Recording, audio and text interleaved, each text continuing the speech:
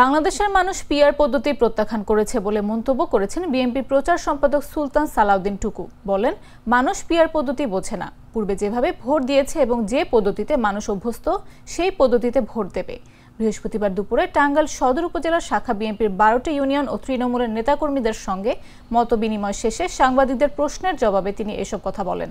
তিনি আরও বলেন, সরকার ঘোষণা দিয়েছে রোজার আগে ফেব্রুয়ারিতে জাতীয় নির্বাচন অনুষ্ঠিত হবে। বাংলাদেশের জনগণ আশা করে সরকার একটি নিরপেক্ষ নির্বাচনের ব্যবস্থা করবে। আমরা আস্থা রাখতে চাই ফেব্রুয়ারির মধ্যেই নির্বাচন হবে। ইতিমধ্যে বাংলাদেশের মানুষ পিআর পদ্ধতি প্রত্যাখ্যান করেছে। মানুষ কিন্তু পিআর পদ্ধতি বোঝে না।